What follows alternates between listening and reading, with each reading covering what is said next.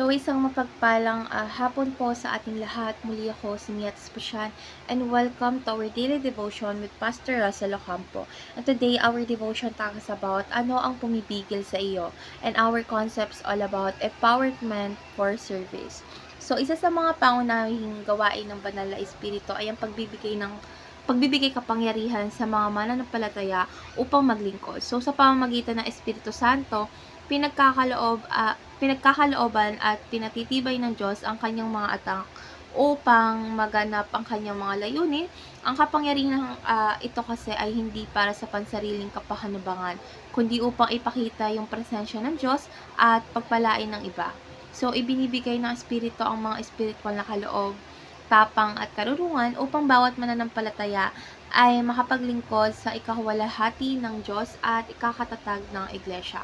So, our Bible reading is all about Acts chapter 1 verse 8, NIV version. Ngunit tatanggap kayo ng kapangyarihan kapag dumating sa inyo ang banal na Espiritu at kayo'y magiging aking mga saksi sa Jerusalem, sa bagong Judea at Samaria at hanggang sa dulo ng mundo.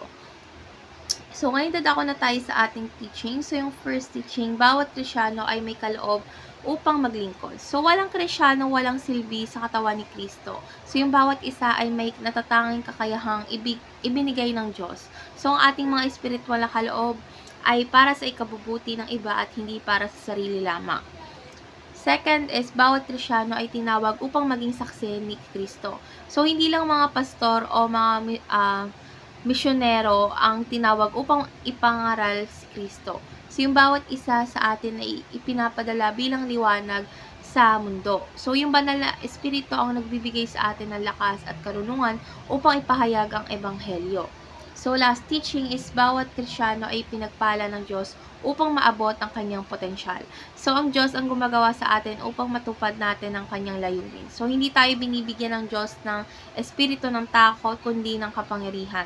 So, kung tayo ay magpapasakop sa Diyos, mararanasan natin ang kanyang ganap na kapangyarihan.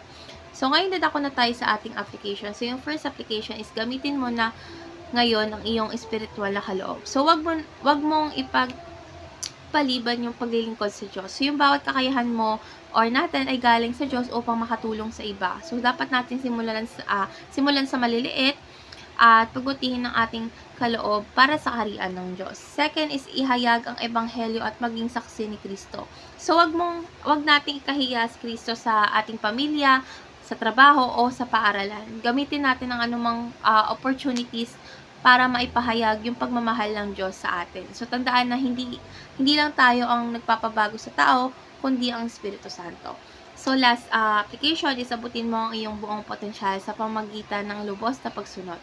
So, yung pagsaway ang pumipigil sa atin upang maabot ang ating pinakamataas na potensyal. So, kung tunay tayong susunod sa Diyos, wala nang makakapigil sa kanyang plano sa ating buhay. So, dapat tayo magtiwala sa Diyos at humakbang sa pananampalataya. So, ngayon dadako na tayo sa ating last part, which is our discussion. And our discussion talks about ano ang mga bagay na humahadlang sa iyo upang maglingkod sa Diyos. So, para sa akin is maraming bagay ang maaaring pumigil sa akin o sa atin sa paglilingkod. Pwedeng takot, pwedeng kawalan ng tiwala sa sarili, at kakulangan sa kaalaman or sa iba pang bagay. Pero ang tunay na hadlang ay hindi natin lubos na pagsunod sa Diyos.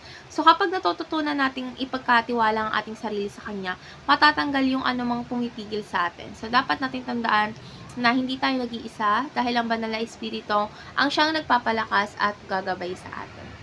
So, let's pray na po. Lord God, maraming salamat sa kapangyarihang ibinigay mo po sa amin sa pamamagitan ng iyong banal na espiritu.